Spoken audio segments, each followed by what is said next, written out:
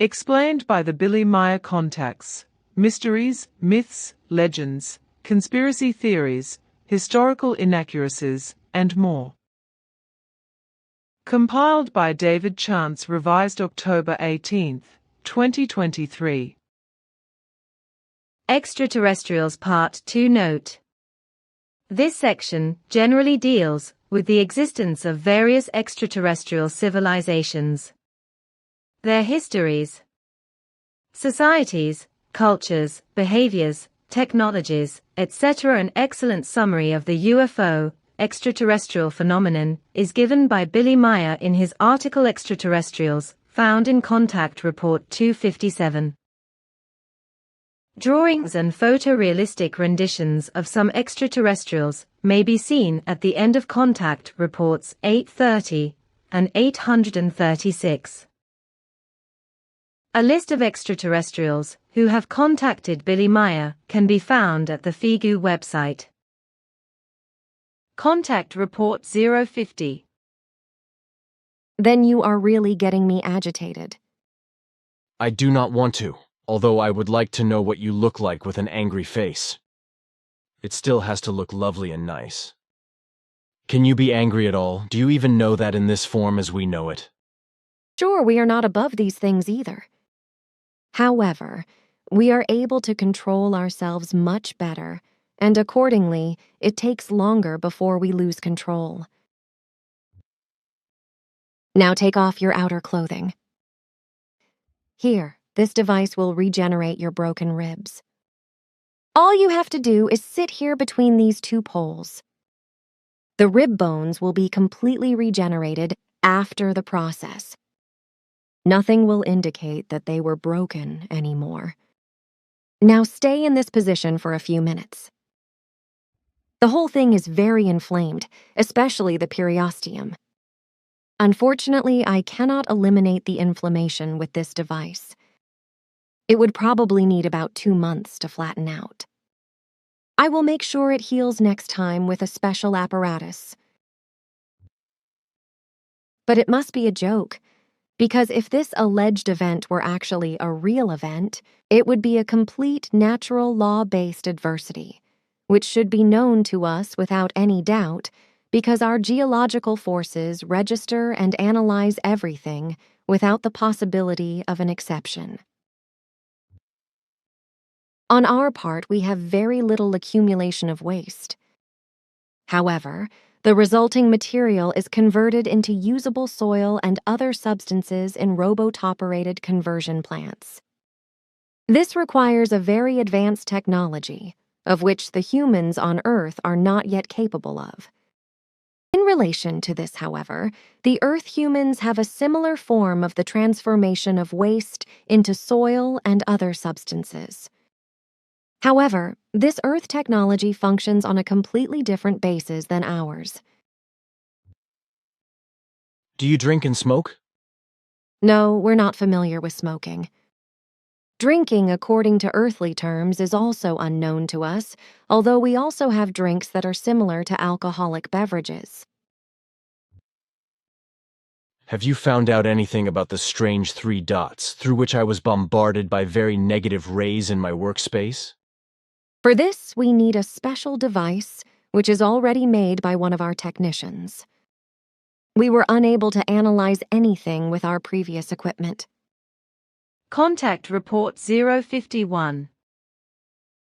Now I finally see you angry for once. It is not easy for me, because I am really angry. But the human beings of the Earth are often able to make my self-control collapse with their illogicality and unreasonableness. I did not think it was possible to ever lose control of myself. You are only human, though much further up than us earthworms. Contact Report 052. But would it be possible for you now to give me 2 or 3 pieces of your food? You know, I am thinking of little tablets or whatever. The next time I would have to bring it with me, the best would be something similar to what is on Earth, something that can also be produced here. Thank you, as you think. Maybe it is better so. Because if it is something strange, then there might be difficulties. You know what people are like. Contact Report 053.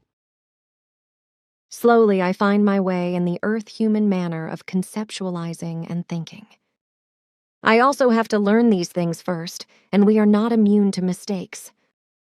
Contact Report 054.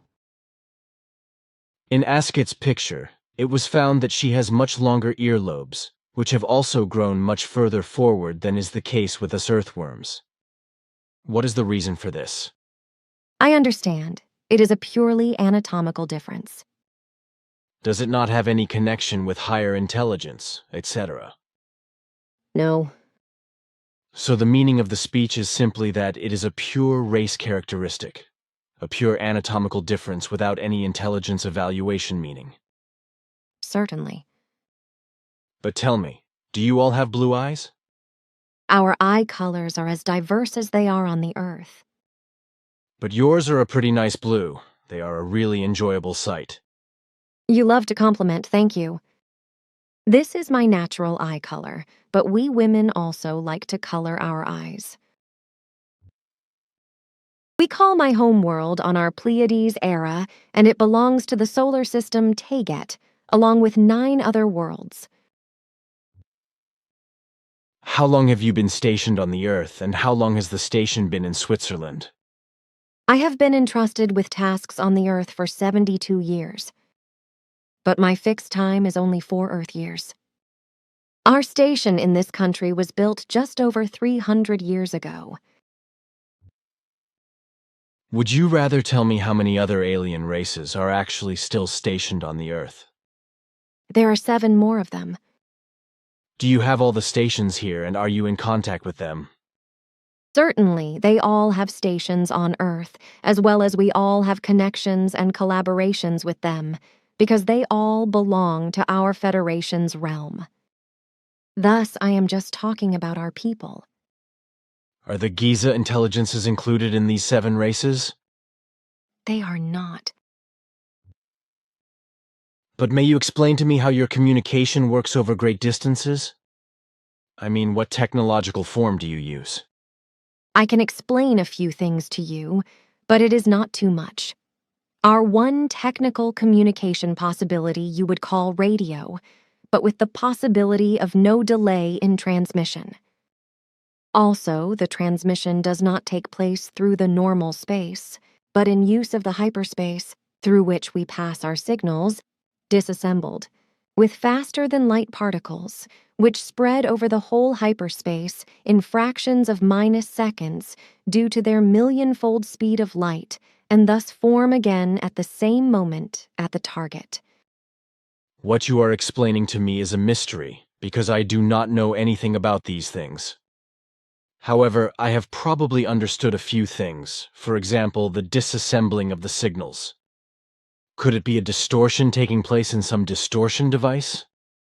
No, the disassembling is a universal expansion of the signals and impulses in relation to the speed, with just the signals and impulses charged faster than light particles, which you call tachyons. Simya-se deals with a device and then obviously talks to Quetzal in her mother tongue, which I unfortunately do not understand. Quetzal will endeavor to find the person with his area analyzer and will also carry out the evaluation immediately. We should be expecting his result in about 20 minutes. You said you called your home planet Era. How many human beings live there? 500 million.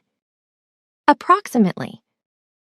Fine, you will not have mass pileups because of overpopulation. But now, in connection with this question, I would be interested to know how many planets are inhabited in the Taygete system. You were talking about your home planet and 9 more. Sure, in addition to my homeworld, there are 3 other planets that are habitable and inhabited. All others are already subject to die-off or are only beginning to form. But something else. You know we do astrology on Earth, right? Of course, it is a science that can be traced back to our ancestors and which we still cultivate today. With you, however, it has lost most of its actual values and truths. I am aware of that. But how does astrology work for you? In the same forms as on Earth, of course, but with different planets and different overall perspectives. Unfortunately, I do not know too much about these things. But what about your birthday? If you convert it to our time, when were you born? To answer that question, I need to explain some important facts. For example, when I talk about Teget or Alcyon, I am always referring to the whole system, not the sun or a planet itself. So I am from Taget, that is from the system Teget, but born on the planet Era. This, my homeworld, is very similar to the Earth in all things, which is why it was chosen by our ancestors as a new homeworld at the earliest times, after they had left the Earth. Thus, all data of the planet corresponds approximately to those of Earth, with only small differences. The orbit around the Sun is 365 1-4 days, according to earthly time calculation, while 1 day according to your time is 23 hours, 59 minutes, and 14 seconds. This results in almost exactly the same orbit and time of day as Earth has. In contrast, other planets show differences, like also in the Sol system or at all other systems in the universe in general. All our time units are named differently with us than with you, but with only small differences, they coincide with the earthly time units. So an ODUR is equivalent to a few fractions of a second of your hour, and even a musel corresponds pretty much to an earthly day. Our year we have divided into 13 asar, which means 13 months, with a compensation period of 23 years. So you can see that we are only slightly different from your calculations. Our 13 months can be divided also into your 12 months by the conversion, after which I would be born then according to your question after earthly calculation on the 7th of February. So you would be an Aquarius too, according to our astrological data. That is almost crazy. It is just Aquarians everywhere. You are not wrong, for according to our calculations, the day of my birth would fall into the sign of Aquarius. These constellations have been known on Earth since ancient times by our common ancestors, and the same images have also been passed down to us. Seen from our Pleiades, however, their positions are very shifted, and so, seen for us, they result in a different arrangement and a different picture. Our astrology, however, is naturally based on different constellations and values in our space structure than is the case on the Earth. Contact Report 055. The work ahead is very difficult and usually takes 3 to 4 weeks. Since we do not have this time available, however, we must limit ourselves to only 7 hours. Unfortunately, I can only connect you to our apparatuses for a few factors, so you have to master most of what you are learning with your own power. I love children very much. But what can you tell us about siblings? There's still a brother and a sister. Sure, my brother is called Yucatan, the Quick One, and my sister Plagia, the one who honors the laws of sevenness. That is interesting. Is your sister black-haired? Sure, but how do you know that? Well then, another thing. It is also a question from a child. How old is your father, Ptah? 759 years. Is that after our time or after yours? It is calculated according to your time. By the way, it was unreasonable of you to take her Amadestetter to the glade. You know that I am not allowed to talk to her and that I cannot do it for my own sake. On the other hand, consider the Earth-human vibrations that are dangerous for us. Contact Report 057. Unfortunately, the last time I asked a question, I forgot to ask Coney. He wanted to know if the doctors on your home planet also know the diseases that we have on the Earth. He probably means whether these evils are also rampant on your homeworld, or simply present. He also specifically asks about the so-called cancer. He also wants to know if you have or know other pathological evils, or if you have simply defeated the diseases. Our scientists have already defeated many so-called diseases centuries or even millennia ago, but even today, illnesses of a diseased nature, transmitted from earlier times, still prevail on other planets. But they are no longer deadly or physically destructive in any form. In the main, they are evils of a minor nature, such as colds, etc., which can also result in pneumonia and the like, but which we are usually able to bring under control very quickly if they do not degenerate. This is also the case with other evils. We are only human life forms like the inhabitants of the Earth, so we are also susceptible to certain things of a diseased nature, but are usually able to control and heal them very quickly before they really break out. There are also certain evils with us which are unknown on the Earth, but to which our science has also become master.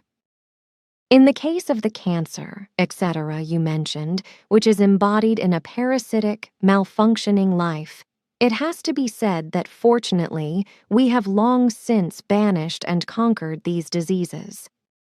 This, however, was only possible when our humanity and our scientists abandoned certain negating and negative attitudes and actions, etc., and began to think and act in new forms. So that means you cannot tell us how we can fight these nasty diseases? With this, you unfortunately speak the truth, because the Earth human must acquire the necessary knowledge himself or herself in this regard, because they grow in themselves through it, and will understand many things only through it, and learn the right manner of acting. We do not have the right to influence and advance a human evolution more than is possible according to all creational natural laws and recommendations, and according to the respective level of evolution of a life form. How many humans of your race currently live on the Earth? Overall, there are 114. This is a quick one. What do you call your son Taget in your own language? Similar to yours, namely Taget. Aha. And what is the diameter of your home planet Era in your Pleiades system? It is very much like Earth's, as I explained earlier. All right. Then a question that you have already answered sufficiently, and which must therefore seem illogical to you. Have some of you incarnated on the Earth? You know that this is impossible because none of us died on the Earth, so you ask very illogically. The next question relates to the troposphere of Era. What gases and substances does it consist of? It is almost identical to the Earth. The tropospheres of our worlds usually contain between 75 and 70% nitrogen, 25 to 29% oxygen, and 1% trace gases such as carbon dioxide, argon, etc. Era itself has a higher oxygen content with 32.4%. Traces of argon and other gases are found at only 0.3% and nitrogen 67.3%. However, this refers only to the planet Era, as I have explained. That's good, but you are obviously talking about the atmosphere, although the question is related to the troposphere. It is one and the same thing, because usually you call the troposphere the lowest layer of the atmosphere for simplicity's sake, simply the atmosphere, which, however, viewed from bottom to top, is composed of the troposphere, stratosphere, mesosphere, and thermosphere. But how great is the surface gravity of Era? The surface gravity is 1.0 according to the Earth's basic measure, i.e. slightly more than the surface gravity of the Earth. The density is 5.521, the axis inclination 22.99 degrees, and the equator diameter 12.749. collided, whereby the escape velocity of 11.19 kilometers per second is to be mentioned. But can you now tell me how many years your race has already mastered space travel? By which I mean your ancestors up to the most ancient generations? It has already been 27 million years since our first ancestors built the first space-worthy flying vehicles. It was about 6,000 years before the Great Catastrophe when the destroyer breached into the home systems. You said you were 114 people in total here on the Earth. Is this number constant?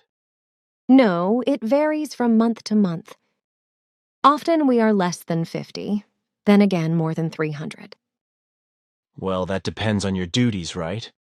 Sure, but also with the transport of our food and other necessary things.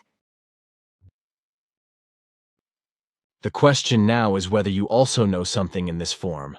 Whether you swallow any medication or the like in order to keep the offspring rate within limits, which does not work with us despite the pill.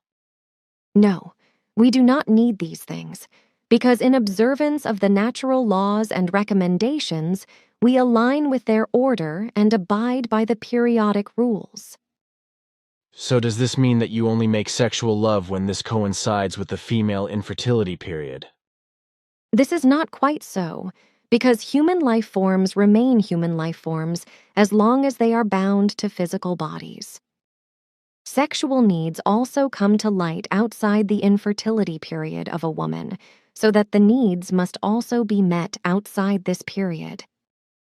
However, in order not to produce offspring, there are many natural aids which we always observe and apply, but this does not rule out the possibility that exceptions may come to light and offspring may be produced unintentionally.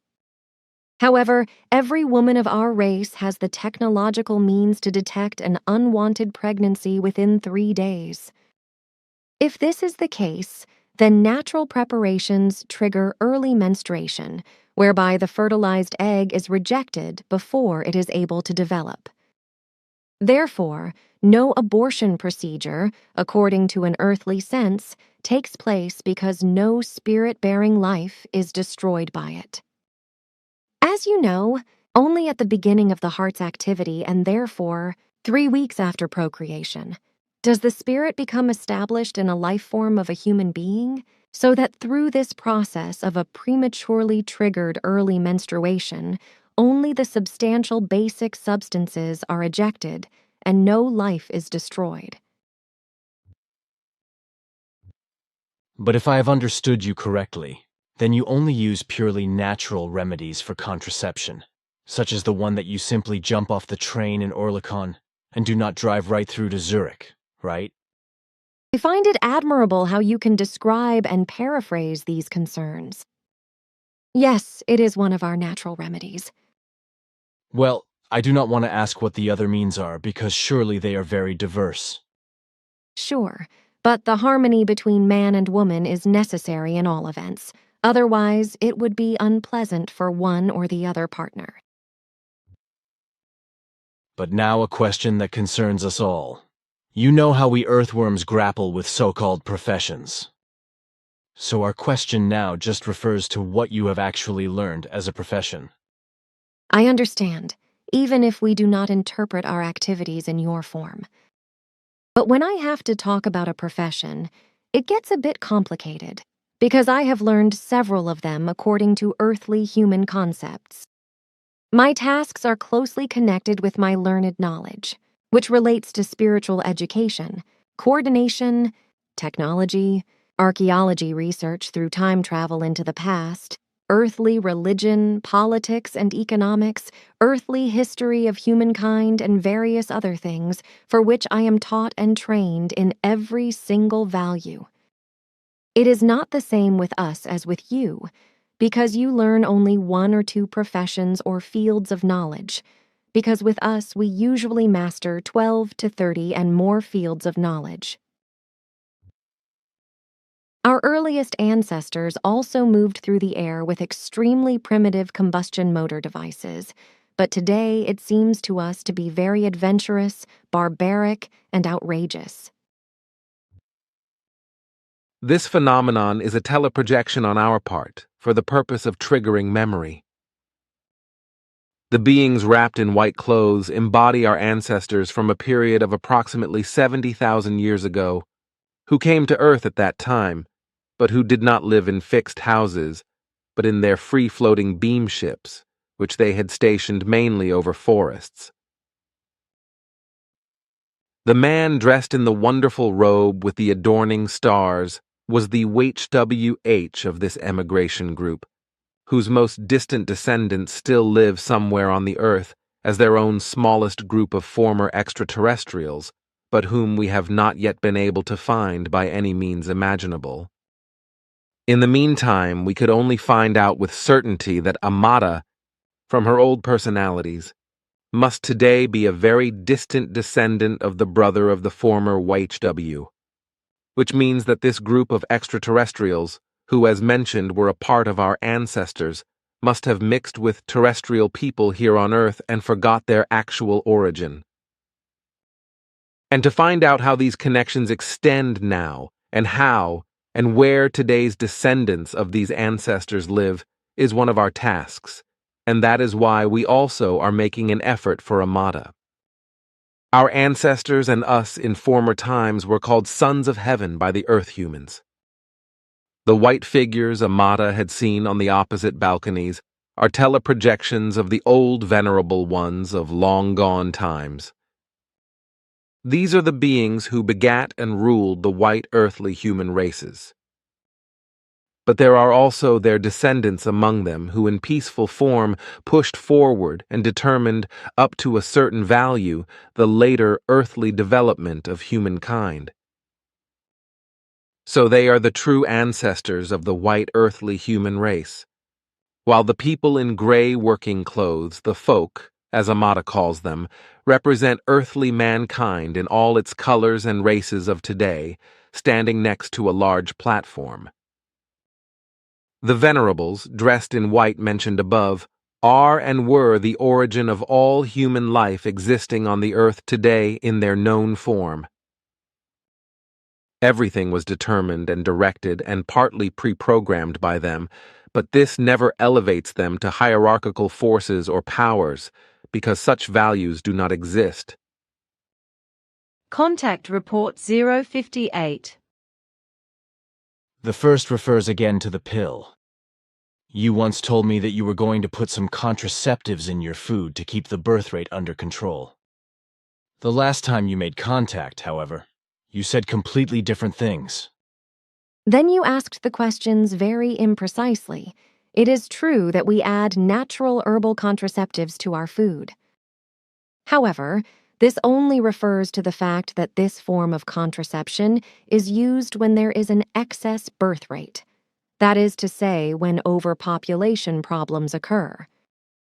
This method is usually used when a race has reached the point where it recognizes that a planet can only carry and feed a certain number of human life forms without artificial intervention. So this is related to the evolution of mind and consciousness. Otherwise, however, it is also the case that all human life forms in our worlds can voluntarily obtain the foods containing contraceptives in order to be able to regulate the number of births. Not everyone does. However, because human beings prefer to use other methods of contraception, although the active ingredients are not harmful in any way, which unfortunately cannot always be said of your contraceptives.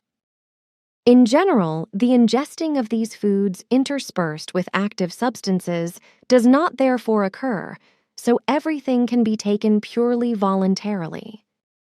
A general mandatory taking of birth control has to be reintroduced in order to bring about a normal birth rate adapted to the respective world. Explain to him, Billy's colleague Kobe, that even we cannot avoid doing our daily work, albeit not to the extent that is customary with you. On our home worlds, all people work their daily workload, but so do we, who have our tasks here on the earth, although our hours of employment are much higher than our home worlds and your working hours. Our hours of occupation are usually 16 of the earthly hours per day, often even more. You should also go now and bring Amata here. Here, take this. Let her chew it and eat it. Contact Report 060. But now another question. The next sun system seen from us belongs to the Centauri group. To my knowledge is the first Proxima Centauri, then Alpha Centauri, and Beta Centauri, which by us, though, is being called something else, namely the Barnard star, or similar, which is at a distance of a little bit more than 6 light-years away from us. Now, are you informed about whether any humans live in those sun systems who come to Earth? Certainly. I myself know. There, in other space-time structures, several dear friends in all 3 systems, although only in the Barnard system, meaning Beta Centauri, can it be discovered from Earth that small planets are circling around the sun there. But why do you ask? It is kind of a weird story. Do you perhaps know a certain Athar and Kohun? These are 2 dear friends of mine from the region of Proxima Centauri, but from where have you got their names? You seem to be informed about certain things from which I, so far up to now, have not given you any knowledge about. Perhaps, but nevertheless tell me, since when have these dear Athar and the Kohun been operating on Earth? And do they stay in contact with any humans on the Earth? They come here often. They probably maintain contact, but not, however, in a very extensive form. They had the last important contact more than 50 years ago with a man from Germany, who also had permission to portray them very accurately. I knew nothing about all this. There you see, even you are not all-knowing. That I have also never claimed. Okay, I'm just playing with you. Contact Report 061. Are these really pictures of my ship? Certainly. I and Mr. Moosebrugger have also captured crazy apparitions, although we have only seen your ship. It is puzzling to me. May I register the images? What do you mean with that? I will transfer the image forms to a device, after which we can then try to make an analysis. Some school children want to give you a kitten. Will you take this? It is an extraordinary pleasure to hear this offer, but we are not allowed to do such things. Too bad. Do you not keep pets and such? Sure.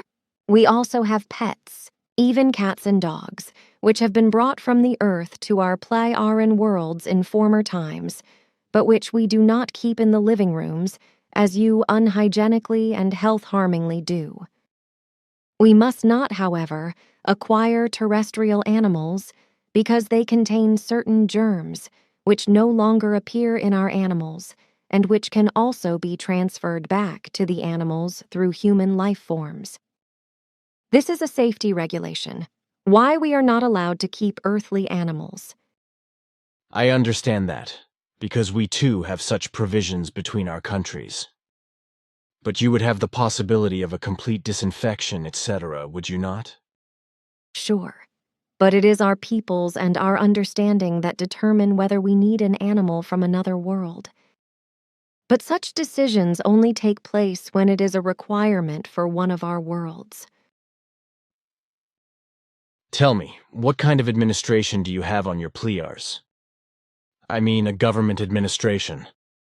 I told you that before. There is no administration here, only the High Council. Its form is to give high advice, but never an order or an enactment in commanding form. What do you usually wear for shoes? But not always these boot things like you and the others, right? Our footwear is similar to yours, but it does not consist of animal skins, but of materials that we artificially produce. So is the clothing. It is very similar to the one you will be using in about 70 years. So for us, something like utopian or futuristic. Not exactly, but purposeful. Perhaps still somewhat strange for the terrestrial human being today. Minara takes over my task here on Earth for the time being until the turn of the year. During this time, Quetzal, I and the rest leave our station in Earth to return to our home worlds. According to earthly terms, we take what you call a vacation. But now I would be surprised. You have such beautiful black eyes, which fit perfectly to your dark skin. Here on Earth, in Africa, we have a human race which we call the Hottentots, and which has quite significant European influences. Askett once explained to me in former times that this mixture of races had developed with actual Negroes and whites, or something similar. Is that correct? Minara, our race actually originated in very early times on this Earth, because our ancestors mixed with Earthlings and produced the so-called tribes of the Huns, who later joined together with Negro tribes in the African region for a very short time. From it, new races developed, so among other things over a very long period lead to the Hottentot.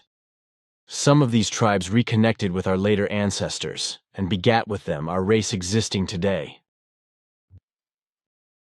By the way, can you tell me what you call your mother tongue? Do you think of our language today or of our original language? The one which you speak today. This is what we call Sarat. A little weird. Is this Saratian a standard language? On our world, yes, but not on all other worlds, for as with you, different languages prevail. But it is the case that all human life forms united with us speak a unified language, which you could call an intercosmos language.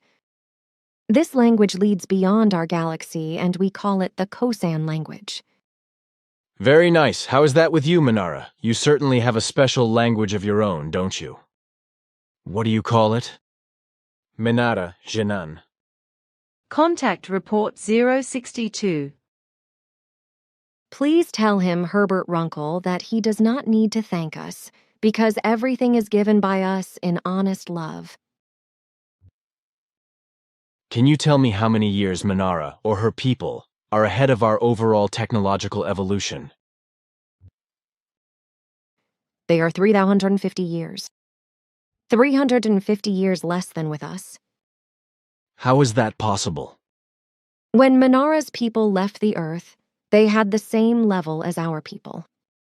But through Askett's civilization, our people were raised 350 years higher, while the other peoples are still in the stage of being taught quickly, because they were given this opportunity only a few years later. What do you do with any items that get lost, and that you cannot get back for any reason? You know, what do you do when you just cannot get it back? Maybe because it is in another person's possession. Your question is not crazy, but very reasonable. But why do you ask? It's because I have heard that some objects simply disappeared or burned or somehow dissolved when they were found by terrestrial people and when the objects belonged to some kind of alien intelligence. The reason for this lies in a total elimination of these objects. We and many other intelligences are able to totally eliminate lost things in various forms or simply burn them to ashes. This happens by very far-reaching impulse transmitters, which are set into operation by a destruction mechanism built into each device.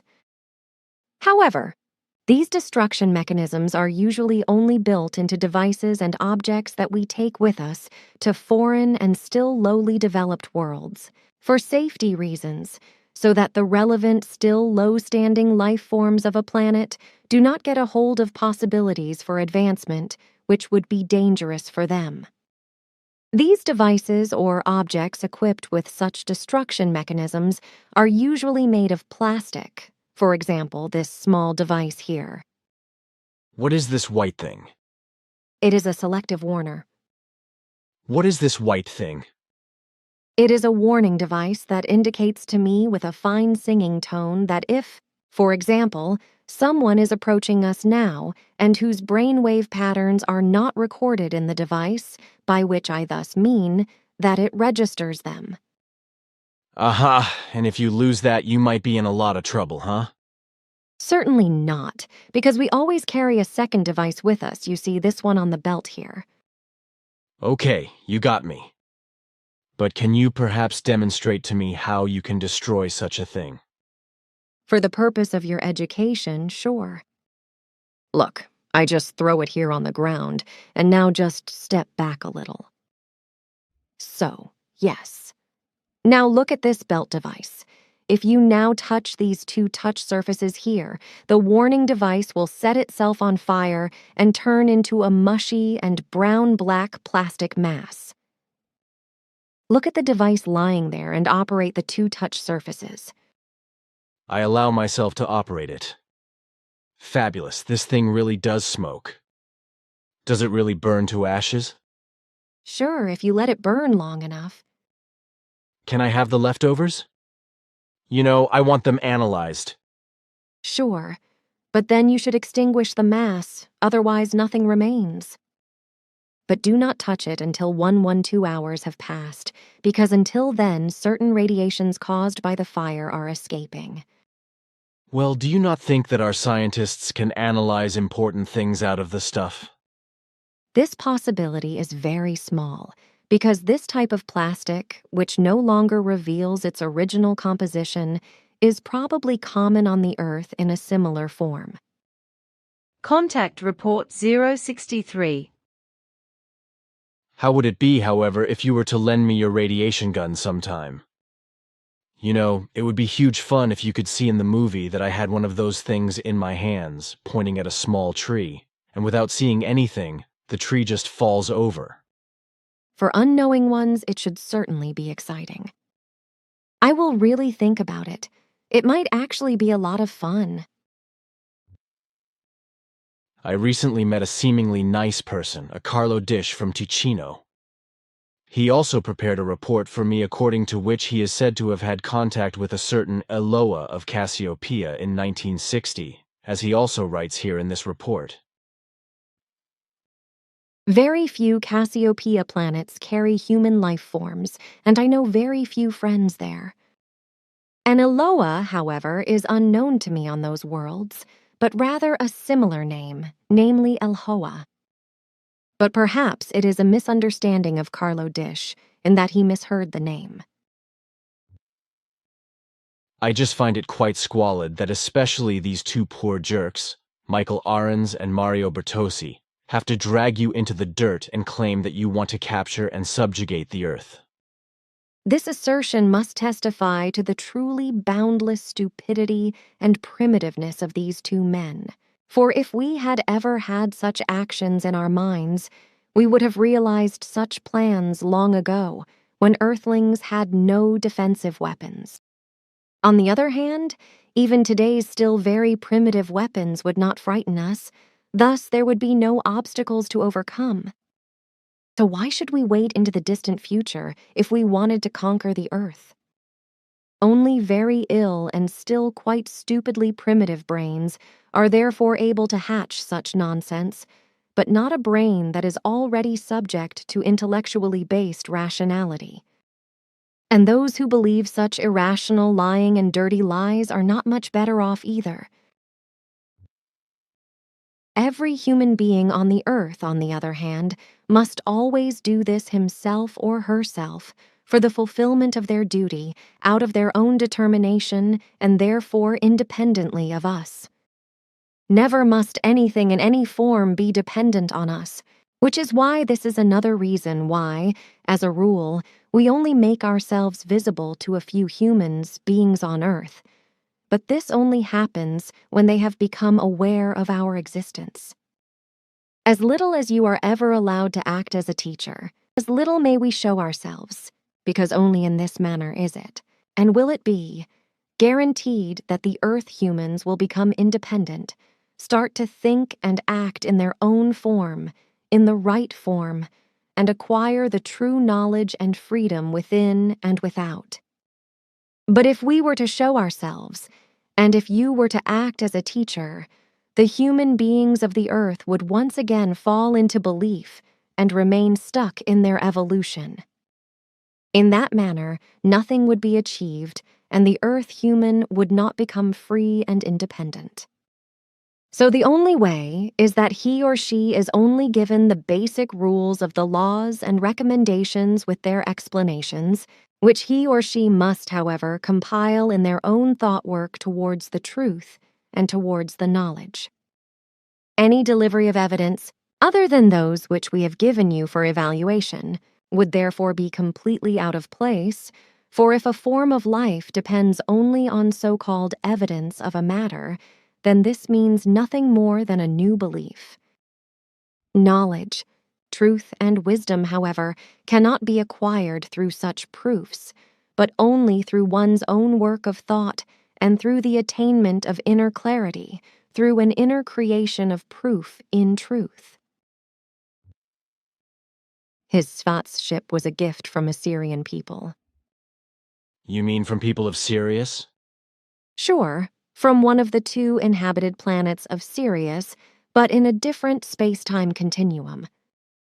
Ah, that is what I have wanted to ask you for a long time, if there are inhabited worlds somewhere.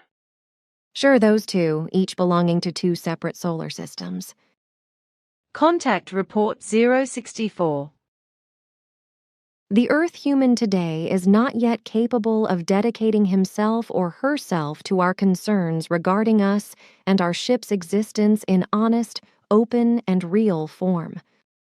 These so-called ufologists, who were meant to spread the truth and pave the way for the coming of extraterrestrial intelligences, have degraded themselves to primitive semi-scientific sects and spread their unintelligent and dirty nonsense of self-created theories and lies, thereby distancing the Earth humans further and further from the truth on a global level instead of leading them towards the truth. This fact shows that the Earth human does not yet have enough real and truly knowing powers to prepare for the coming of extraterrestrial intelligences by a purposeful elucidation.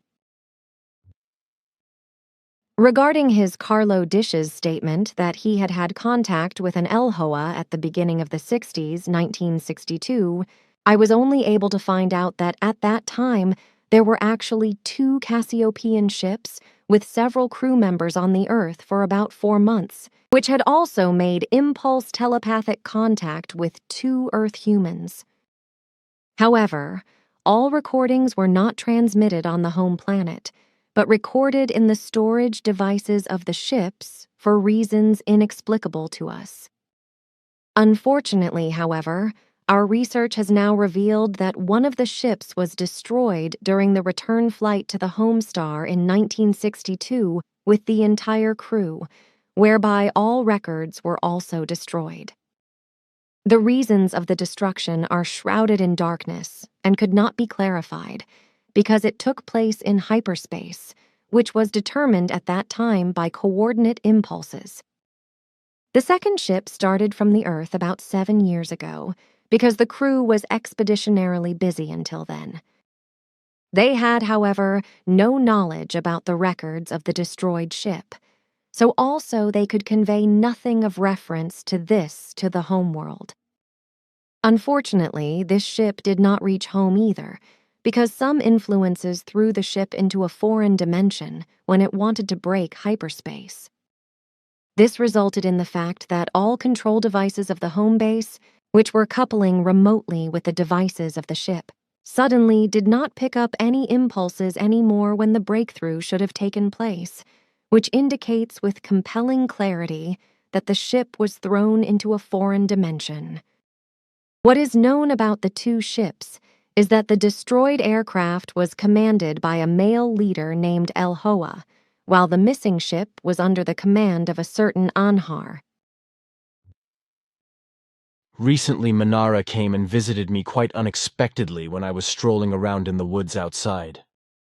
She lent me her radiation gun, with which I shaved away some small trees in a matter of seconds by heat rays. Contact Report 065. Meanwhile, it was possible for me to take care of the concerns of Elhoa and Carlo Dish. In connection with a station on Proxima Centauri, it turned out that all Elhoa's records are stored there. The records say that Elhoa was in brief contact with 2 Earthlings. A Carlo dish, however, was not one of them. Contact Report 066. I am so happy. Where do you want to put this fuzzy bear, present from Herbert Runkle? Do you not have any things of this kind yourself? He shall remain here in the ship as a constant reminder of the solidarity and the certainty that we also have love and good friends on the earth. Okay, and what about my second question? Oh yes, no, we do not have things like that. The question whether you also have a certain symbol for era, and that you draw it. Sure, we have a symbol for Era, like for all the other planets and the stars. Sure. Now look here. So, you see, this is the symbol for Era. But tell me, I find this sign quite strange. It has so much in common with those symbol signs we have for our planets and the sun. How is that possible? And above all, what does this sign mean? I already explained to you that your planetary and celestial symbols trace back to our ancestors, who made them according to the vibration and radiation values of the individual planets and the relevant celestial bodies. In other words, this means that the signs were made according to the individual celestial and planetary state of evolution, so that each individual sign records the state of evolution or the level of evolution of the respective celestial body and planet. This is also true for Era, my home planet, whose signs are composed of various ancient symbols of our ancestors. That is to say, the same signs that were used for the stars, the galaxy central sun and your sun, as well as for the planets of the Solar System, and are now common again with you, except for the symbol of the galactic central sun. The lying form of our symbol now represents the middle between above and below, the balanced. Note, a further explanation by Martin Sorga of the symbol for planet Era can be found in Contact Report 66. See also planet symbols. The generating of jealous possession thinking depends exclusively on the form of the level of consciousness and on the emotions. It is universally uniform and thus not earthbound, whereby I would like to emphasize, however, that on Era, these lower levels of consciousness no longer exist, and jealousy is no longer known to our people, or, as I better can explain, no longer pertains, because in earlier times our peoples also had to go through these stages. How do you think about marriage? Is there then a right to the partner? If two people join together to form a marriage bond, this does not mean a taking possession of the partner, but simply that they join together in a bond. So there are no rights of ownership, but only love, understanding, and joy in the pleasure of the other. Each partner remains completely free in his or her own actions and in allowing the laws and recommendations to be fulfilled, while in purely conjugal actions and letting things be, as in decisions, etc., one acts in mutual agreement with all interests. In the fulfillment of the laws and recommendations in an evolutive sense and in every respect concerning this, mutual clarifications and agreements are necessary, which is given by certain rules of order. I, like my people, are human beings like your Earth humans. We also have feelings and fine spiritual perceptions such as love, friendship, sympathies, and antipathies, just as they are also characteristic of you, Earth humans. In certain respects, however, they are much finer than with you, more sensitive and more profound. Over the past centuries, this has led us to exercise too much control over them and to learn to encapsulate our feelings. We assumed that we had to do this to protect ourselves from those more advanced. This is because in the course of the evolution, all fine spiritual perceptions and feelings refine and therefore require more intensive control in the higher realms. This intensification expands in the same measure as the entire concomitant material development and proves everything worthy that can be grasped. Thus also, the love and the desire to be together with others of equal evolution becomes more and more pronounced. But also, the less developed are considered equally because simply the desire for them inexorably occurs. So these feelings are not replaced by knowledge and intellectual activity, but result from them. These feelings can only be created and brought to bear through knowledge and the activity of the intellect. Therefore, it is also not the case that certain tasks cause a change in the feeling realm, because since these are highly developed and controlled, they cannot be classified as changes other than those of further evolution. However, this is different with the Earth human, whose development in these areas is still rather low, and why he or she can be influenced by fields of activity. After which, for example, with a prison guard, aggressive changes of feeling appear. We made the mistake of controlling our feelings too much, which meant that we made analyses according to pure probability values. This was wrong, which we realized very soon after your acquaintance. You, who often lets yourself be guided only by your feelings.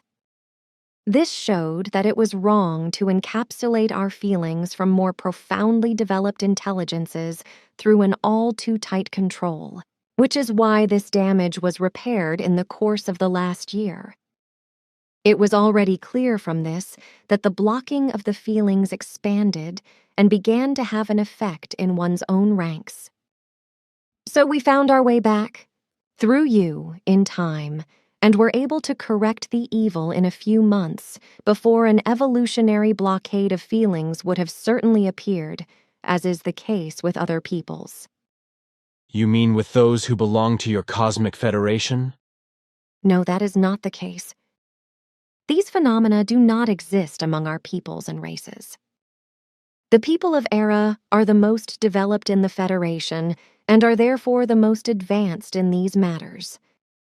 A comprehensive council decision has averted the evil, whereby attention will be paid in the future also to the fact that still more lower developed peoples and races do not make the same mistake. I therefore speak of alien races and peoples alien to us in the vast universe. And what about the question here about passion, etc.?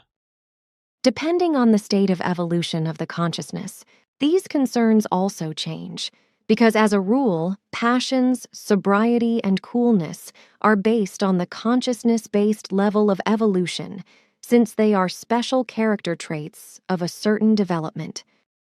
So also among our peoples and races, there are enormous differences in this respect, as it is also the case on the Earth. In this respect, the Erins are also ever fundamentally different among themselves, because passions and similar phenomena only diminish with the dissolution of the physical body, only that exactly these become more and more refined depending on the higher development of the consciousness. Realm, as long as it is still present, however, as well as the physical body still exists. With us, however, the passions are no longer to be found in the form in which they are still deeply and wildly anchored in you Earth humans. That is to be understood. We are still the barbarians after all. But after your statement, I would now like to conclude that on average, you Erins are still quite the same in your emotions as we barbarians, even if everything is refined and sensitized in you, right? Certainly. What is correct is that through the discussion and explanation of these things, more understanding is created for the fact that we Erins are human beings like their terrestrial counterparts. Furthermore, I have to inform you that recently more and more extraterrestrial intelligences are sending robot and android-manned ships to the Earth in order to be expeditionally active here. This has been the case for many years now, but this activity is currently being greatly increased, and Earth humans are often used as experimental and test objects. Contact Report 069. As I once explained to you, the last decisive settlement of the Earth by extraterrestrial intelligences took place about 13,500 Earth years ago. Note, see Easter Island, Maui. I should not have asked you about it. You seem to be somber now. Your question once again made it very clear to me how little we know despite our enormous knowledge.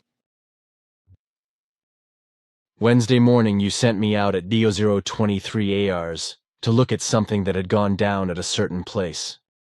3 of us found a track in the snow in a clearing in the woods, which obviously had to come from a ship. The snow had melted within a radius of about 3.50 meters, with 4 points outside the circle pointing to landing supports or something similar. To our astonishment, we also found a lot of small footprints, not more than 23 centimeters long, leading from the ship's tracks to a small pond, back to the ship's tracks, and then to another water pond, where the same small footprints then also led into the forest and back again to the ship's tracks. The craziest thing, however, was that we found 2 such footprints in the middle of the snow, about 100 meters away from the ship's track, without another trail leading there. It just seemed as if someone had flown through the air and only stepped into the snow quickly for 2 steps. These visitors are very small people, only 110 centimeters tall, height 3.6 feet. They inhabit a small planetary world in a galaxy that was previously unknown to us. They came to Earth by an involuntary time shift, by a faulty manipulation of their still insufficient space technology. Equipped as an expedition ship, it is commanded by scientists, one of whom went out of the ship to fetch plants, ice, and water from the water points you mentioned to analyze them, while another went into the forest to collect material there as well. Meanwhile, a third one, moving with a hovering device, secured the surroundings to be safe from unforeseen surprises. Due to an accident, however, he once hovered too close above the ground, leaving the 2 footprints you had found. Oh, that is how it is. But where are these dwarves now? Can they even go back to their homeland? You said that they came here because of a time difference, just because of an unwanted one. That does mean that they have been thrown out of their own time, right? Sure, but they will find their homeland again, because Father brings them back to their time and to their home world through a leap in time. But this still offers some difficulties, because we still have no information about their home galaxy, which is why we first have to work out the coordinates. Then good luck. But tell me, why and at what time did these dwarves land in that forest? They landed there because a small impulse transmitter of ours is installed very close to that place, which serves as orientation for our telemeter ships. They registered these impulses and subsequently descended there. Contact Report 070 Note. The following excerpts explain how some ancient Pleiadian ancestors found their way to Earth. See also Contact Report 5, S67-193, Contact Report 9, S120-170, and Contact Report 121, B79-90. But now the other thing, where we are also interested in the history of the Aryans, if you know anything about it. Start where the earliest ancestors were still in their original home. At the beginning of our contacts, I have already mentioned in detail the history of the destruction and reconstruction of the original home worlds. Excuse me, you mean the destruction of worlds, etc. by the Destroyer? Where was that, actually? Sure, that is what I am talking about. The later original homeworlds were planets in the constellation known to you as Lyra and near Vega, in a different space-time structure, which is shifted from yours by a fraction of a second. Few of the worlds there are still inhabited today by different races, all belonging to our wide alliance. Our early ancestors had mastered space travel for more than 22 million years, carried out expeditions and exploratory flights reaching far into space, and came to Earth for the first time. However, the Earth, was still deep in the late primordial development and was therefore left to time for the further development. Nonetheless, Earth was often revisited to release criminal elements, humans, that were detrimental on the homeworlds. Only a few millennia. However, did this last? And then, for reasons unknown to us, they relinquished the Earth and left this world alone for many millions of years, during which life of all kinds, already developed on Earth, could continue to develop in a natural sense, except that at later times, the abandoned life forms mixed with human-like life forms already on Earth, which happened for the first time a few million years ago. Millions of years went by as the primeval races spread far into space, also developed themselves in a consciousness-based manner and acquired great powers. But not yet mastering control of these, they were used to doing evil things and became evil for many worlds. During the primeval catastrophes caused by the Destroyer, 2/3 of humankind were destroyed on the very early original homeworlds in another level of the universe. Through hardship and privation, however, they soon found a new beginning, so they were able to build a new civilization and culture in less than 9 centuries. By working and researching together, they created a very great technology, which reached further than anything they had ever seen before. At the same time, they also developed their consciousness, the powers of which they were not yet able to control. So the time came when they built themselves flying ships, with which they could also leave their space-time structure and could rush through the free and wide space of the levels of the universe.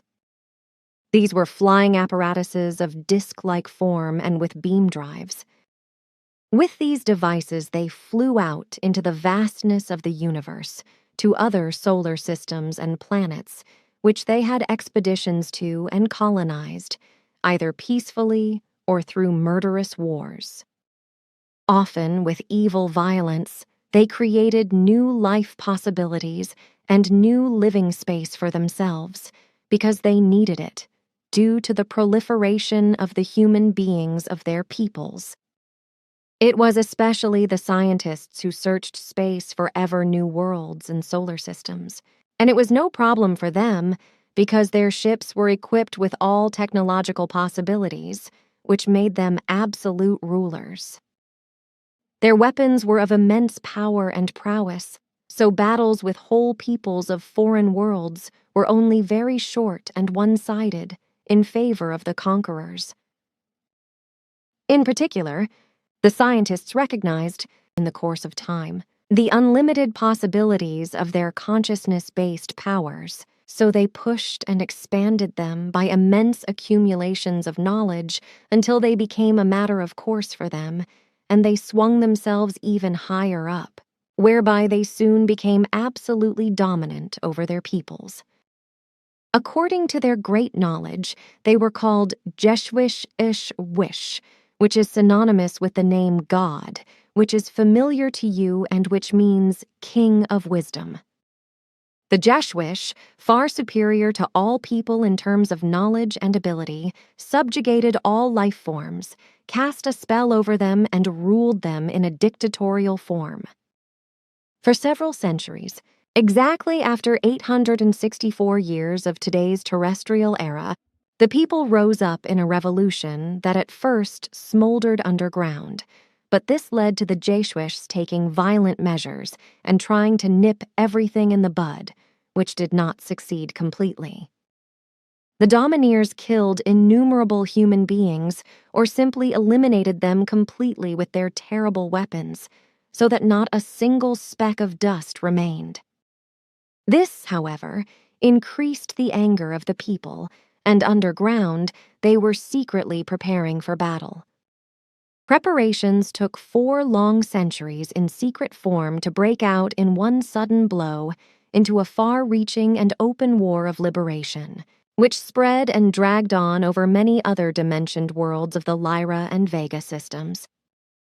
More than 60% of all things of cultural value were destroyed and completely demolished. Some races were completely wiped out, while others were only able to survive with extreme hardship. 3 worlds of the Lyra systems were simply completely eliminated and dissolved into energy by a novel process that is now also under development on the Earth in its very beginnings. Earth humans already call this insane weapon according to its deadly value, namely, overkill. Still as a fantasy product of a perfect technology, this weapon of total elimination, which is in research and construction by scientists, has already found entrance into various books and films describing this cruelest of all weapons in futuristic novels to save Earth humans from the last madness.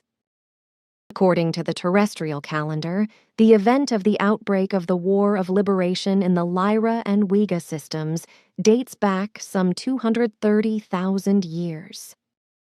The commander-in-chief of the terrorizing forces was an Jesuit called Assel, who, after realizing the hopelessness of the struggle, escaped the vengeful and victorious peoples by a quick escape into the space-time structure of this level of the universe.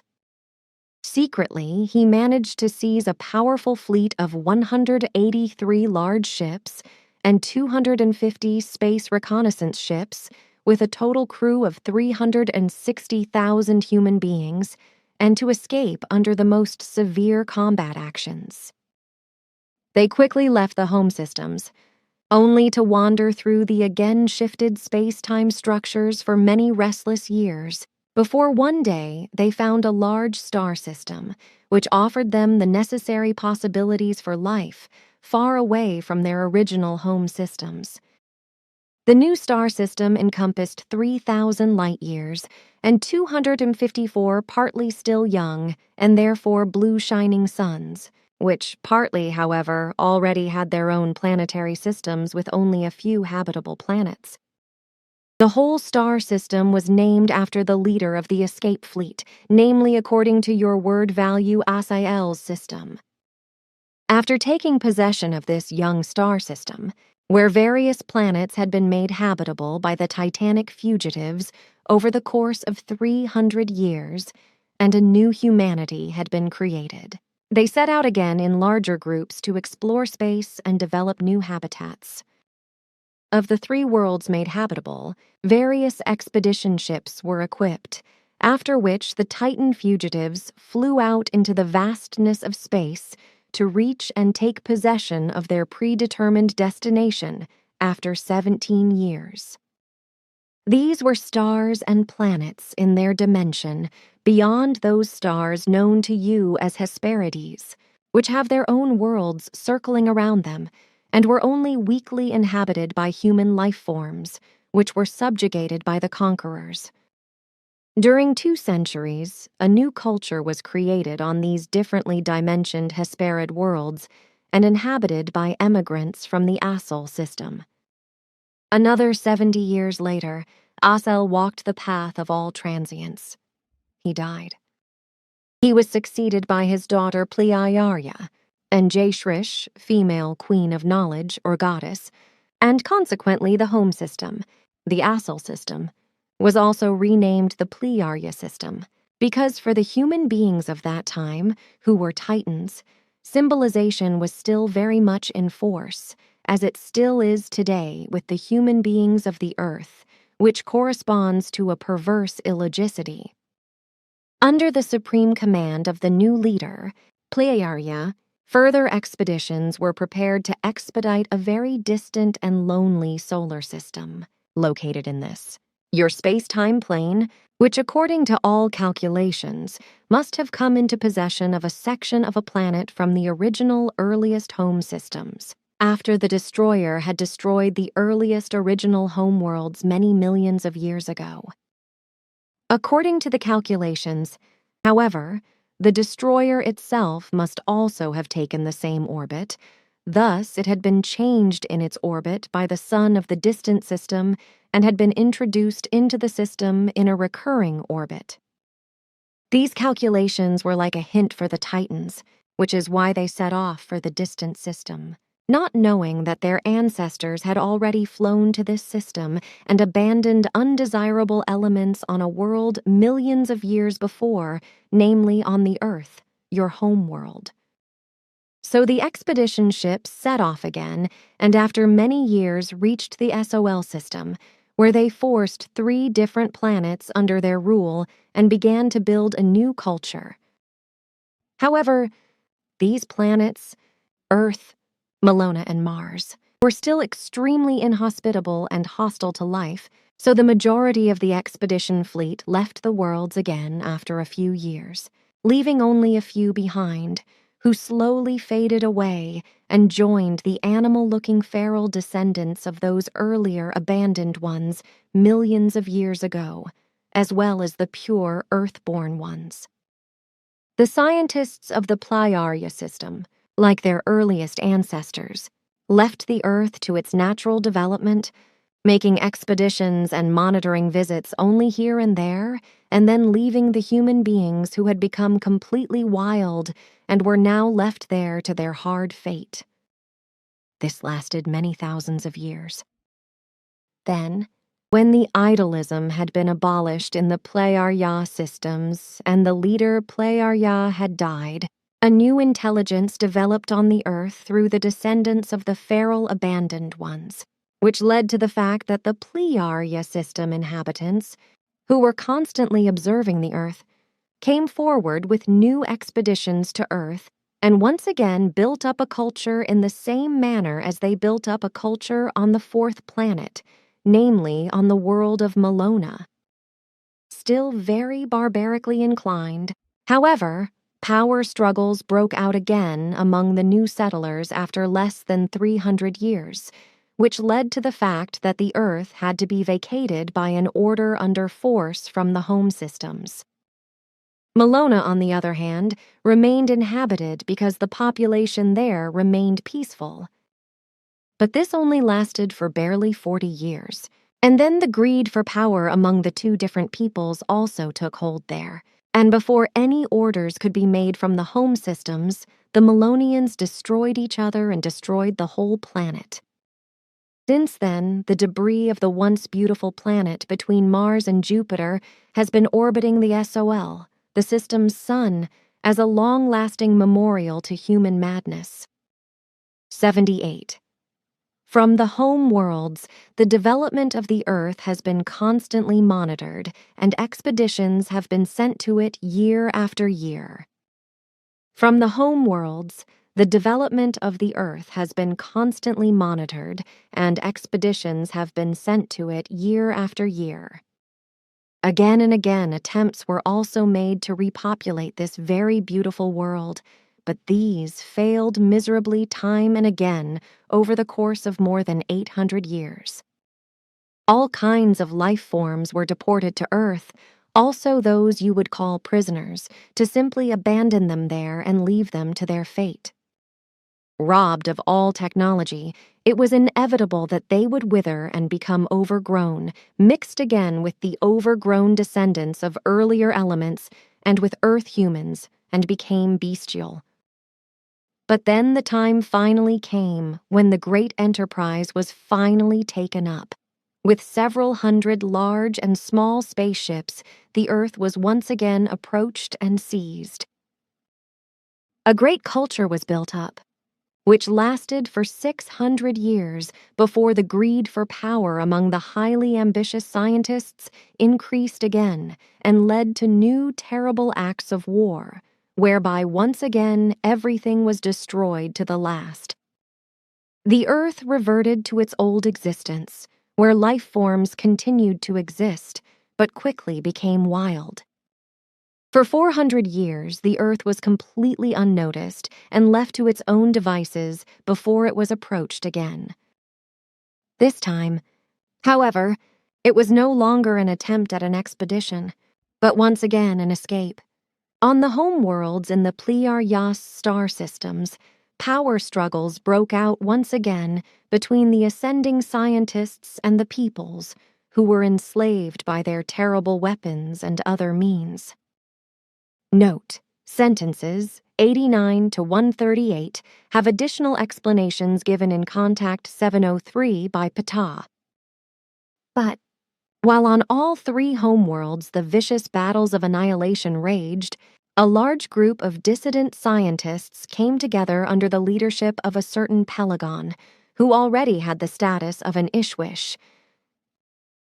This was the Titan Pelagon the Imperious, who was a power leader of the Hammud dynasty, which ruled over all the Pleiaran peoples of all the Pleiaran planets until before the creation of peace some 52,000 years ago. Under his leadership, 70,000 human beings were gathered, including many scientists who seized various spaceships and fled the Pleiaria planets. According to the coordinates of old records, the refugees entered this space-time structure and the Sol system, and thus once again arrived on Earth, where the Titans once again settled. According to earthly time calculation, this was about 190,000 years ago, about 194,170 years. The unpeaceful, warlike times triggered by Pelagon the Commanding and continued by all his successors for some 39,000 years meant that peace and tranquility did not arrive until some 150,000 years ago, but they did not last long. Millennia later, some 6,000 years after the establishment of peace, tranquility, and freedom, however, a scientist and distant descendant of Pelagon the Commanding, named Pelagon the Militant, again set out, in imitation, to likewise rise in rebellious fashion as the leader of a 70,000-strong fighting force in thrall to him. These fighting units were a 70,000-strong fighting force out of 7 since time immemorial, permanently mobile for security operations and combat actions, each under the command of a Hammud dynasty leader appointed for the purpose. Pelagon the Commanding was a great ancestor of Pelagon the Militant, who some 40,000 years later, that is to say, some 150,000 years ago, equally brought a 70,000-strong fighting unit under his command and fled to the Dern universe. This occurred while his son, Pelagon the Marshal, was seizing power on the home planets at the same time. Pelagon the Marshal was a scientist and surrounded by many followers and also leader of another 70,000-strong Hammud dynasty fighting force with which he plunged worlds into warfare again, as was then continued by all his numerous successors. These periods of strife then continued for more than 100,000 years.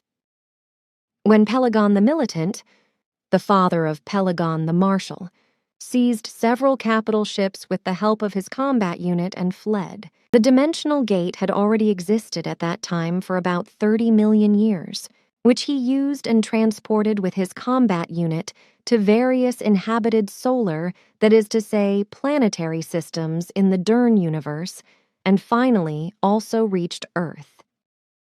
Here, however, in the course of time, feuds and campaigns of conquest broke out among a part of the fighters, as well as acts of war were carried out, after which it was finally decided by a part of the prudent ones that no longer a longer stay on the planet should be allowed for the fighters. So, following the death of Pelagon the Marshal, who was killed in hostilities, a general forced departure from Earth of the unruly and quarrelsome outcasts took place, with the destruction of everything that indicated their former existence. But the outcasts fled to distant systems where they resettled, while those who remained on Earth fell under the command and Hammud leadership of Pelagon the Patriarchal. On the home planets, the vicious war was fought to the bitter end and the scientists were put in their place.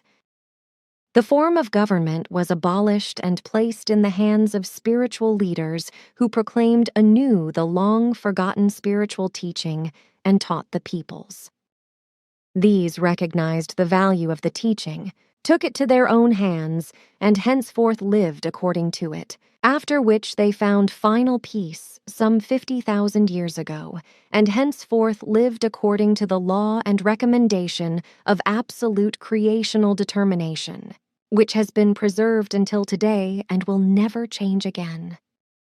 The times of strife and war ended only about 52,000 years ago, when the unrest and battles were finally fought out for the last time, ended, and all the troublemakers and warmongers were finally put in their place, and then final peace, freedom, and tranquility were created.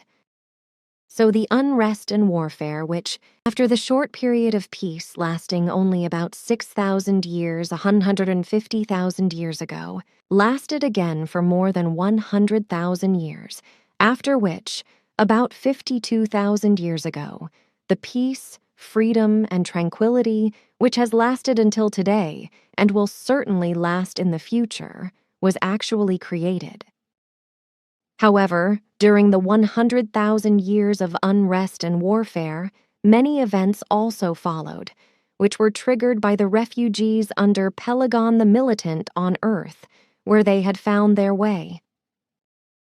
After the death of Pelagon the Militant, other Hammud leaders took over his legacy, after which the early refugees and their successors went in and out of Earth from 150,000 years ago until 52,000 years ago, and were also temporarily resident on Earth. In the course of the next 8,000 years, the Playaran peoples, as they were referred to from then on, developed to a very high spiritual and consciousness-based level. Consequently, they allied themselves with all kinds of foreign and their own peoples in near and far systems, and lived now only in the harmonious evolution.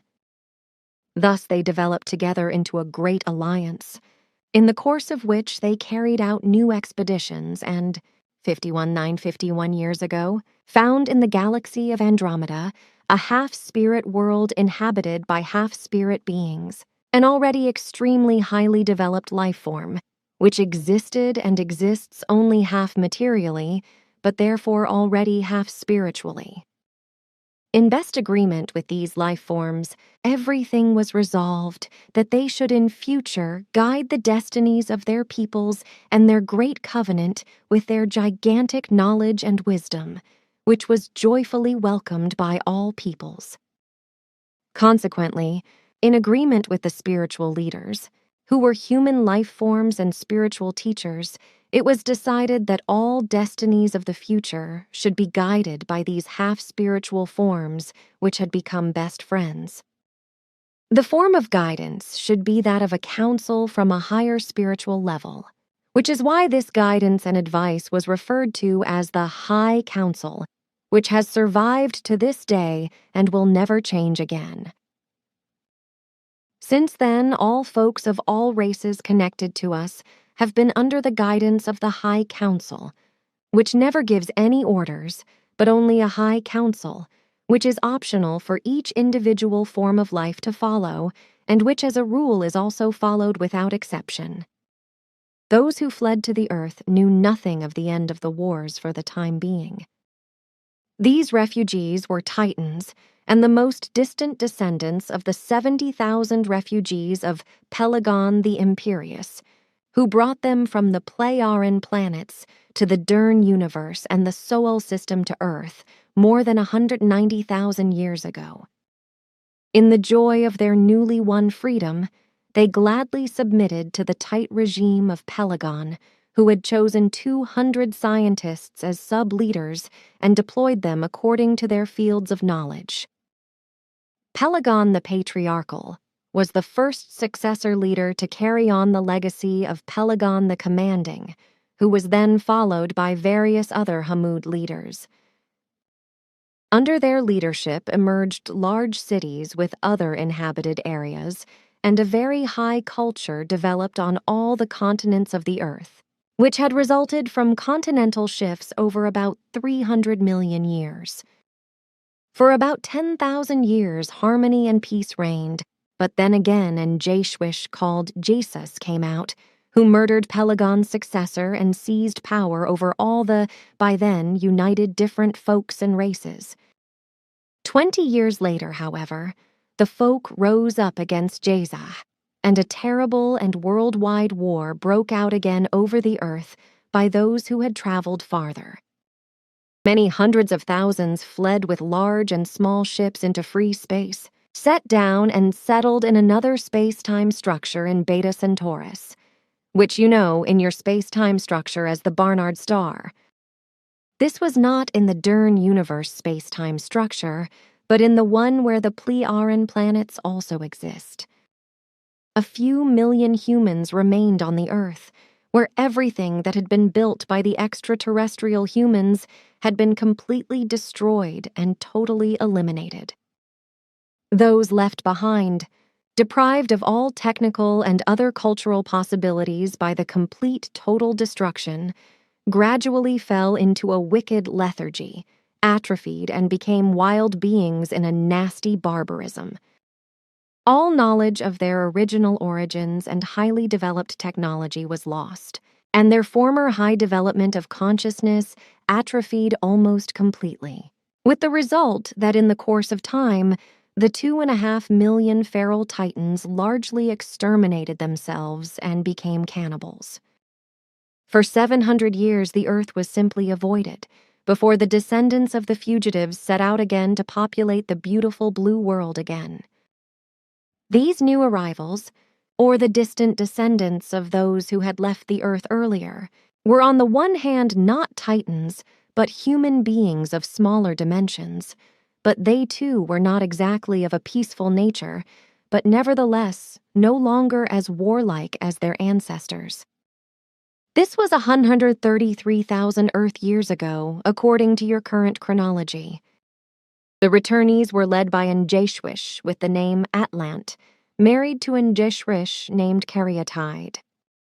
In the latest episode, under the leadership of Atlant, the continent of Atlantis, which had been headed for again and again, and used for millennia, was expanded and made habitable, while under the command of his wife Caryatide, Lesser Atlantis came into existence, as at the same time her cousin Muras built the gigantic city of Mu, which, like Atlantis, also found its origin in very early times. The reason for the construction of these cities so far apart was that the humans had become cleverer through all the wars and hoped for peace as a result of the great distance between the cities, if everyone stayed in their domains. So it went well for many long years, a whole 1,800 years to be precise. Then, however, again some scientists exalted themselves, whipped up by lust for might, and tried to snatch up control for themselves. After the death of Atlant, his wife Caryatide and Muras, various other leaders took over. This time, however, they had not reckoned on the people's memory of war, which had been passed down over the ages. The lore was only maintained by those who returned, but not by those who remained on Earth, who were deprived of all achievements and values by a complete destruction of all technical, cultural, and other things, whereby they finally gradually withered away and became savage beings who fell into barbarism and eventually died out. So before the scientists could strike, the folk rose up against them. Through an accomplice, the scientists obtained possession of spaceships and fled into the space-time shifted regions of Beta Centauri.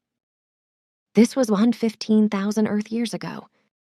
After 2,000 years, during which the malicious refugees again created a high technological standard and produced many descendants, they returned filled with hate to the Earth, after they had increased their hate immeasurably against the extraterrestrial inhabitants of the Earth, and were only able to preserve order within their own ranks with terrible punishments.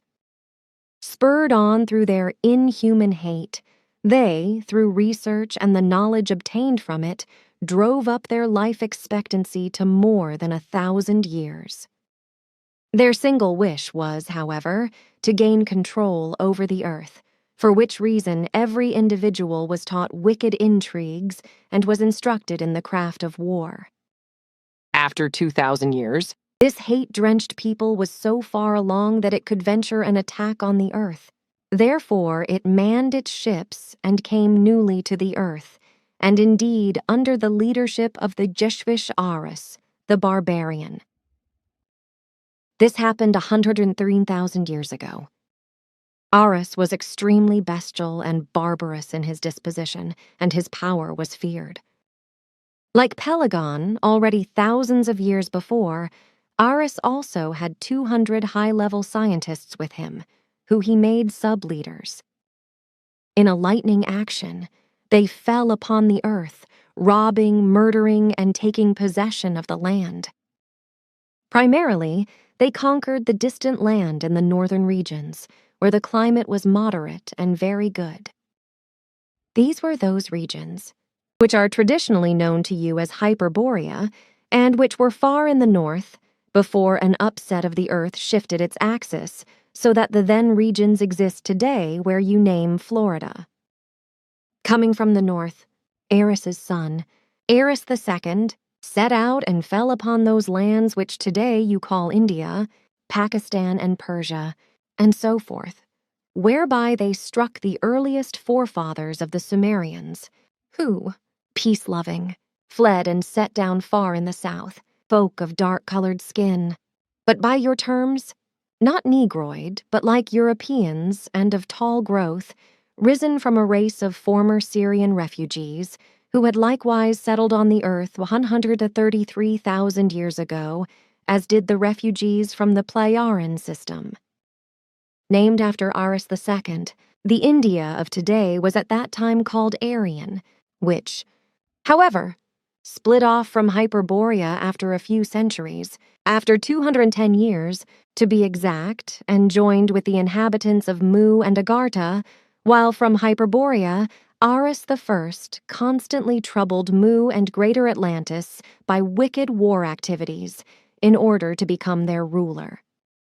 During around half a millennia, or said very precisely, during 502 years, those war machinations continued, until Aris I, who in the meanwhile had become old and weak, succeeded in infiltrating wicked elements of his hater humans into the leading controlling ranks of Atlantis and Mu, who secretly stirred up violence and hate for so long, as also did their descendants over several centuries, until, through boundless intrigues, Mu and Atlantis were able to be completely destroyed some centuries later, while the only few survivors were beaten into servitude.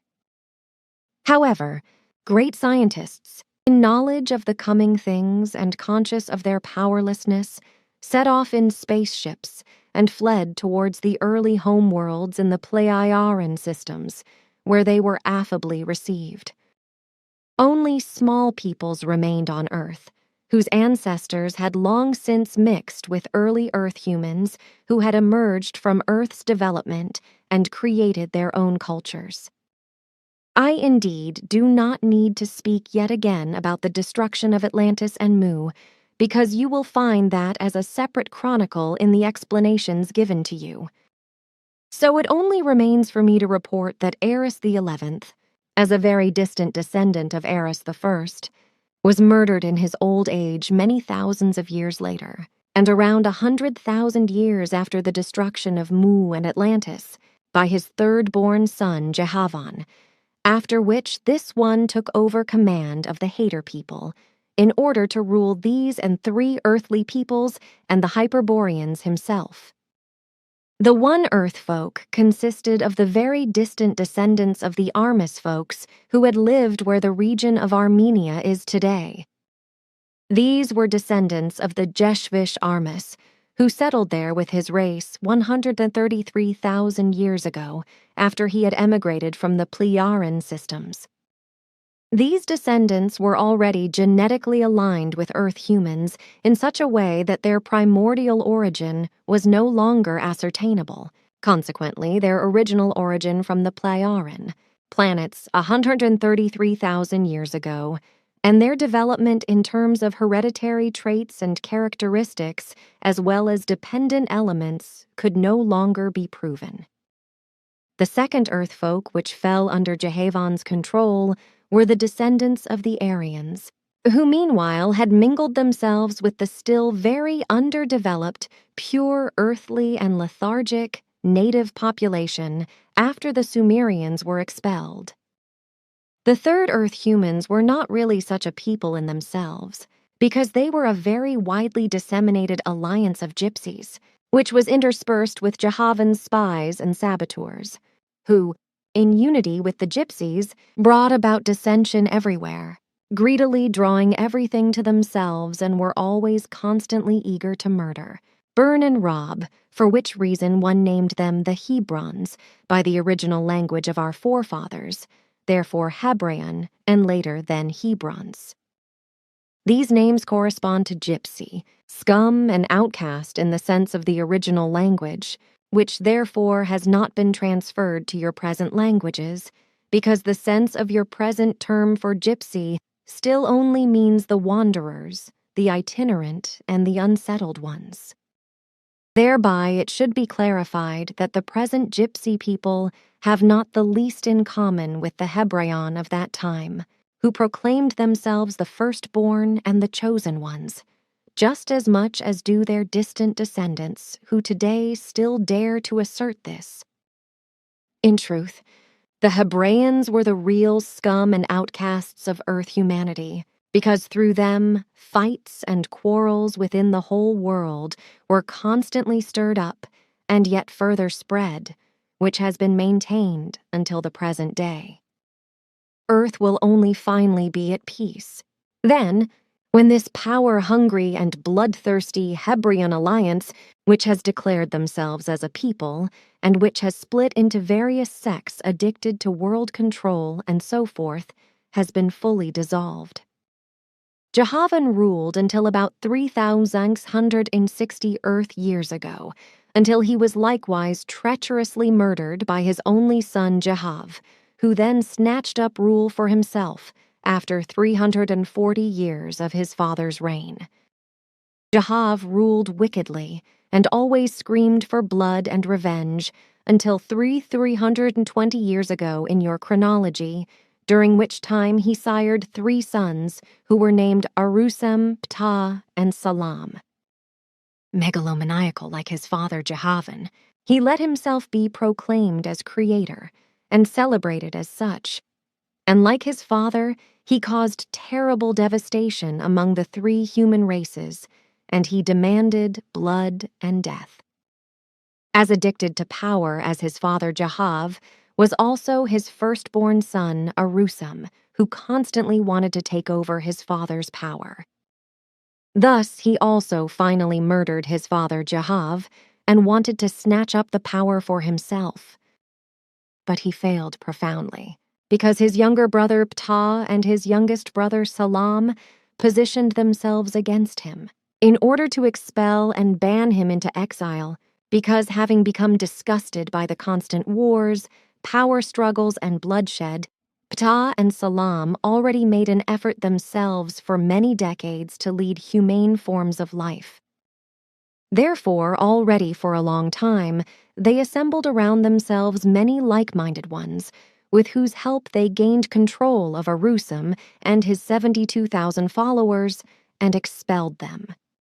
But Arusem secretly returned to the earth and settled down with his army in the land of Egypt, in the old cubicle constructions which had existed there unused for more than 70,000 years.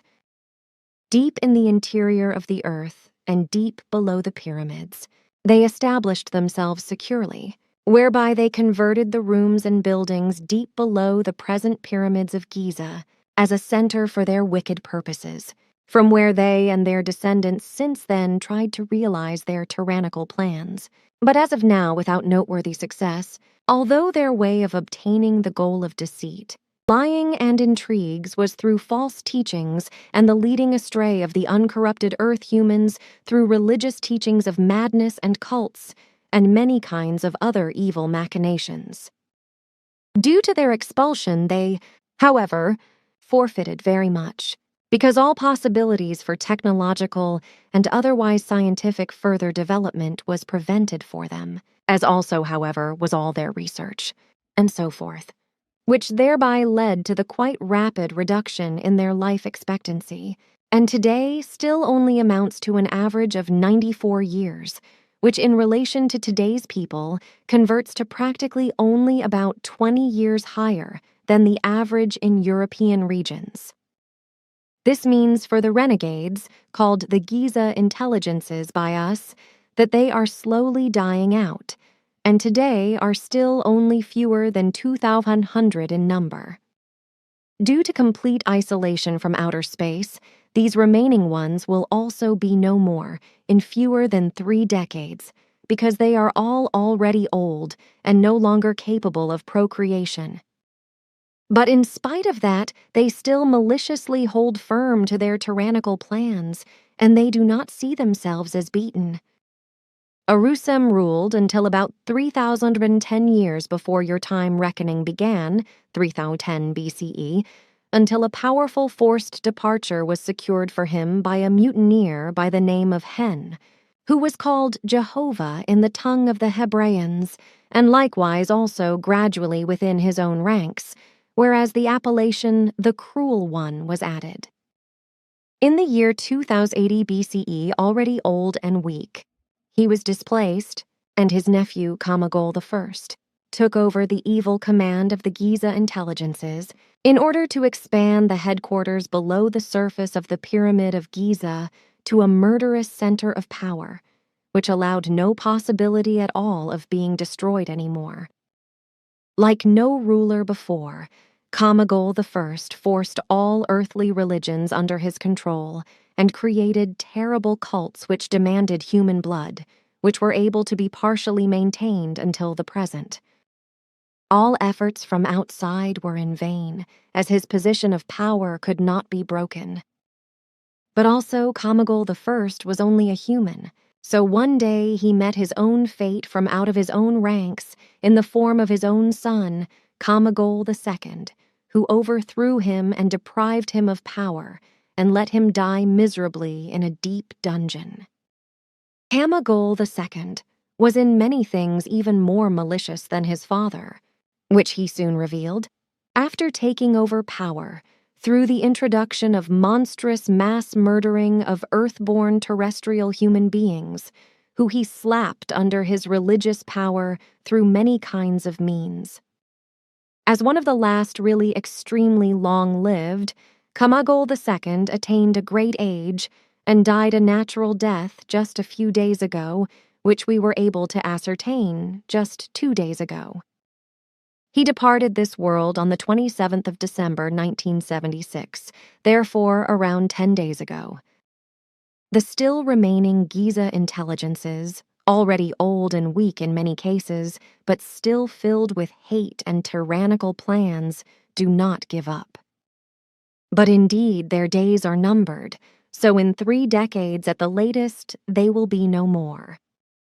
With the heaven sons, the Hyperboreans, and the emigrants from the Pleiadian system, Ptah and Salam, the sons of the murdered Jehav, led the further rule by common agreement. They governed well and created peace, and only occasionally mixed in the affairs of the earth-born earth-humans. After his 93rd year of government, Ptah was stricken by a malicious and unknown disease, from which he succumbed a few days later. Consequently, his brother Salam continued to lead the government alone, until, weak from his great age, he handed over command to his son Plejos, 240 Earth years ago, after he had taken up connections to the home worlds already centuries before, and had placed himself and his people under the home form of government, namely, that of the spiritual teachers. His son Pleos was, like his father, a very wise and a kind governor, and as of 1999 years ago of earthly chronology, the home worlds, after an interruption of around 240 years, newly positioned themselves under the guidance of the High Council. He, too, arranged himself and his people therein. Respecting and following the advice of the High Council, he prepared for the long-yearned-for return to the homeworlds, which took place 1,994 years ago by your chronology, after Emmanuel, at Plagos's direction, begat by the spiritual leader Gabriel, was educated as a prophet and had become right for his mission. Still to mention is that among the very distant descendants of Arus, who had subjugated the lands in the north, there existed elements in great number, who, until in the time of Jehav, preserved themselves as the Erusists. These, a group of 160,000 humans, were named the Great Aryans, because they still advocated the ideas of Eris I. They even released themselves from the powerful control of Jehav and wandered, plundering, through the land, from northwest to the east, where they penetrated into that land where in earlier times Arus II had settled with his people and expelled the Sumerians, where, in the meantime, however, the then Aryans mixed themselves with the low native population and forgot their actual origin. Also, in the meantime, the descendants of the Sumerians returned to their old homeland, so also they settled there again. But then came the Great Aryans, who moved between the Caspian Sea and Ararat and took possession of the clay-brick towns of the mixed folks, which had reached a good level of prosperity as a result of the earlier invading Aryans and the returning descendants of the Sumerians. Their work consisted mainly of trade and agriculture, which was well mastered by the Sumerian descendants. So, the appearance of the human beings and all their buildings was very orderly, and a strict discipline ruled. Indeed, even a certain submissiveness towards the highly developed Sumerian descendants, who were superior to the native people in consciousness-based development and worldliness. And exactly this world was attacked and forced into bondage and transformed and pressed into a new state structure by the Aryans, who, deprived of all technology, had been wandering for long years, coming from the far north. Deprived of all technology by Jehav's Myrmidons, the Aryans settled down in the distant lands, but in time became stunted and mixed with the natives. So soon all knowledge and ability of a higher level and of their origin disappeared into the darkness of forgetfulness. Ha, good. But now 2 more questions, or 3, regarding our and your Pleiades. So this name comes from Anjeshrish. Was it simply retained later on Earth, or was this group of stars referred to differently here? The name was retained, but lost itself in the confusion of languages that appeared on Earth, and then, over time, returned to its original value, mainly due to mythologies. These are probably the ancient Greek as well, right? Sure, but there are also others, as you mentioned through the main one. Well, then I would like to know what form of time calculation you use, at least on Era. Do you also calculate in years like we do? Of course, because they are originally from our ancestors, so they are also given on the Earth. Aha, and since when do you calculate? I mean, since when or when did your time calculation begin? Since the beginning of peace on our home systems, so about 50,000 years ago. Aha, can you give me the exact date? Sure. Today we count the year 51,711 because there was once a break, but it was not due to war, but of reconstructive importance. Good. And now the question of how Era got its name and when. This is very simple. The Pleiades stars of your space-time plane are much younger than the Earth, but not so with our stars and planets, which were named only by numerical values until the time when the High Council took control. Since then, however, at the request of the High Council, our homeworlds have been called by melodious names, for example also Era, while the celestial systems are called Pleiadian or, in our case, Pleiaren. If I think correctly, this should have happened 51,951 years ago, right? Sure, you think correctly.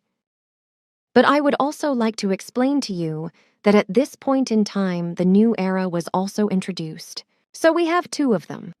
The year 51,511, which reminds us of the final peacetime, and the year 51,951, which reveals the spiritual alignment with the High Council. Contact Report 074. It is damn easy for you to talk, girl, because you do not have these idiotic worries about money, because you do not know such material means anymore.